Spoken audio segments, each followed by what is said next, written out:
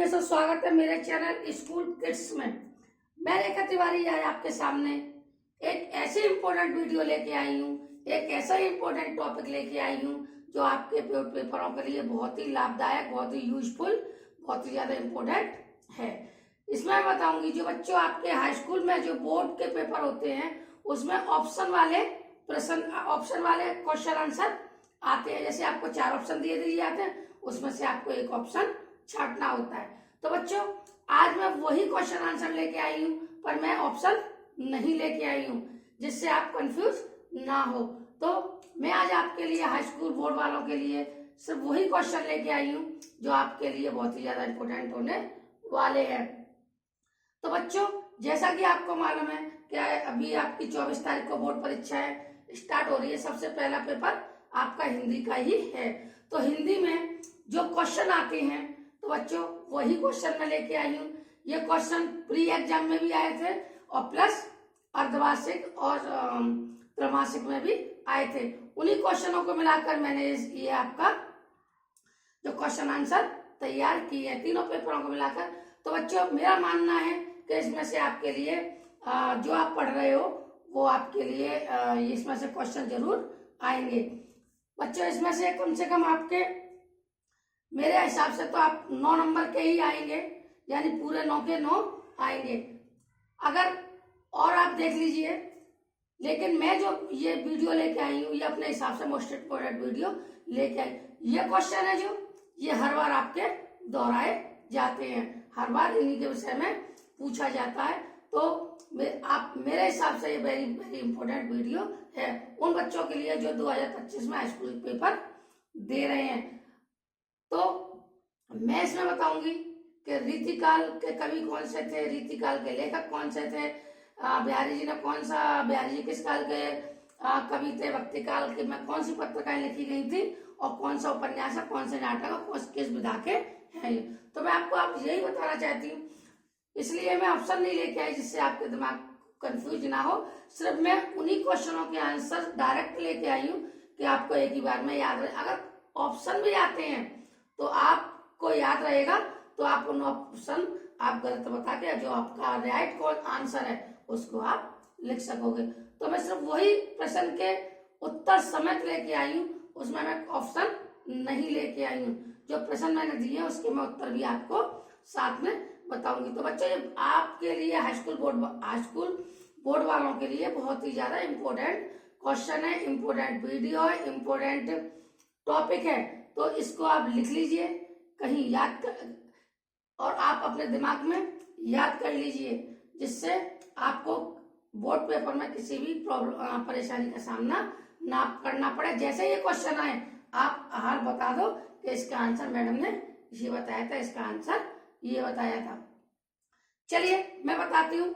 देखिए number 1 very important question है, ये हर बार आता है।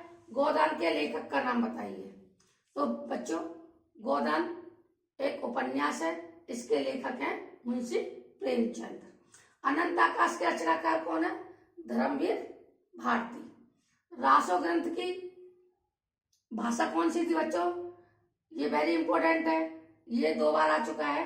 रासो ग्रंथ की भाषा है डिंगल। ठीक है। बिहारी जी किस युग के कवि थे बच्चों? ये भी बहुत ज्यादा इंपॉर्टेंट है। तो आपको याद रखना है कि बिहारी जी ने अपनी कविता लिखी थी, या बिहारी जी किस युग में ने कविता चालू की थी? तो आप लिखते हो रीतिकाल में, यानी बिहारी जी किस युग के कवि माने गए हैं? रीतिकाल के। ठीक। भक्ति काल की रचना कौन सी है? विनय पत्रिका। कलम का सिपाही वेरी इंपॉर्टेंट है ये क्वेश्चन, इसको आप ध्यान रखिए, इसके लेखक का नाम ध्यान रखिए। कलम का सिपाही के लेखक हैं अमृत राय। वेरी इंपॉर्टेंट क्वेश्चन है, आप इसको ध्यान रखिए। त्याग पत्र किस विधा की रचना है? ये भी वेरी इंपॉर्टेंट है, इसमें विधा पूछी गई है। विधा जैसे मैंने बताया था ना, आत्मकथा, निबंध, उपन्यास, कहानी, नाटक, रिपोर्ट सर्जन, ये सारी विधाई के अंतर्गत आती है। तो ये त्याग पत्र किस विधा की रचना, यानी इसको आपको रिपीट भी करके पूछेगा कि जो त्याग पत्र है वो क्या है, निबंध है, नाटक है, कहानी है, रचना है, तो आप उसको बताओगे ये उपन्यास है। तो बच्चों आप इसमें क्वेश्चन दोहरा के भी पूछे जाते हैं। जैसे मैंने बता दिया त्याग पत्र किस विधा की रचना है, तो उसमें ये पूछा जाएगा जो त्याग पत्र है उपन्यास है या नाटक है, या त्याग पत्र क्या चीज है, उपन्यास है, नाटक है या कहानी है, तो आप उसको उपन्यास बताओगे। ऐसे ही ये है गोदान, गोदान के लेखक पूछा है तो मुंशी प्रेमचंद्र जी है, या गोदान मुंशी प्रेमचंद्र द्वारा लिखित कोई एक उपन्यास बताइए तो भी आप गोदान लिख सकते हैं। ठीक है, इस तरह क्वेश्चनों को उल्टा सीधा करके आपसे पूछा जाएगा। तो आपको बस ये याद रखना है कि जैसे कलम का सिपाही है, कलम का सिपाही अभी तो पूछेगा इसके लेखक कौन है, अमृत, तो आपको मालूम अमृत राय, तो इसको उल्ट के पूछा जाएगा, पलट के पूछा जाएगा कि अमृत राय द्वारा लिखी कोई एक रचना लिखी है, तो आप क्या बताओगे, कलम का सिपाही।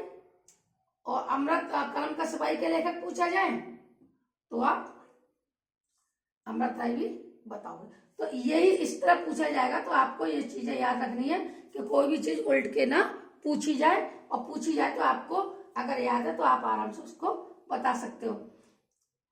अब बच्चों रीति काल के दो प्रमुख लेखक सॉरी कवि, तो बच्चों रीति काल के दो प्रमुख कवि या एक कवि पूछा जाएगा, तो आप अगर दो पूछे तो पद्माकर और बिहारी जी बता सकते हो, या पद्माकर और बिहारी जी किस काल के कवि थे तो भी आप रीति काल के बता सकते हो, या तो इनके नाम दे दिए जाएंगे या फिर इनका काल पूछा जाएगा। तो रीति काल के दो प्रमुख कवि कौन है, पद्माकर और बिहारी जी, और पद्माकर और बिहारी जी किस काल के कवि है तो भी रीति काल के। ठीक है, इस तरह बच्चों आपको माइंड में रखना है। ठीक है, ये जो लास्ट 9वां क्वेश्चन है ये वेरी इंपॉर्टेंट क्वेश्चन है बच्चों आपके लिए, ये किसी ना किसी रूप में आपके पेपर में आएगा, बस इतना है। ध्रुव स्वामिनी नाटक के लेखक कौन है, तो बच्चों इसके ध्रुव स्वामिनी नाटक है जो इसके लेखक जयशंकर प्रसाद हैं। इसका दूसरा क्वेश्चन बनता है ध्रुव स्वामिनी किस विधा की रचना है, तो आप नाटक की बता सकते हो क्योंकि ये ध्रुव स्वामिनी एक नाटक है। तीसरा क्वेश्चन भी बनता है ध्रुव स्वामिनी के रचनाकार बताइए, तो आप जयशंकर प्रसाद बता सकते हो, या रचनाकार के ध्रुव स्वामिनी के लेखक पूछा जाए तो आप इनके जयशंकर प्रसाद बता सकते हो। किस विधा की रचना है, नाटक विधा की रचना है।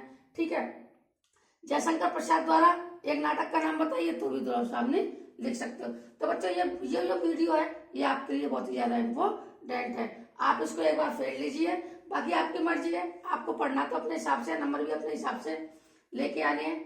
तो अगर आप थोड़ा सा इसको देख लोगे तो आपके लिए बहुत ही ये वीडियो बहुत ही यूजफुल होने वाली है। मेरे द्वारा दी गई जानकारी अगर आपको अच्छी लगे तो आप मेरे चैनल को लाइक करो, कमेंट करो, सब्सक्राइब करो। ऐसी छोटी छोटी video, very important question, very important जानकारी के लिए मुझे सपोर्ट करो। थैंक यू, धन्यवाद।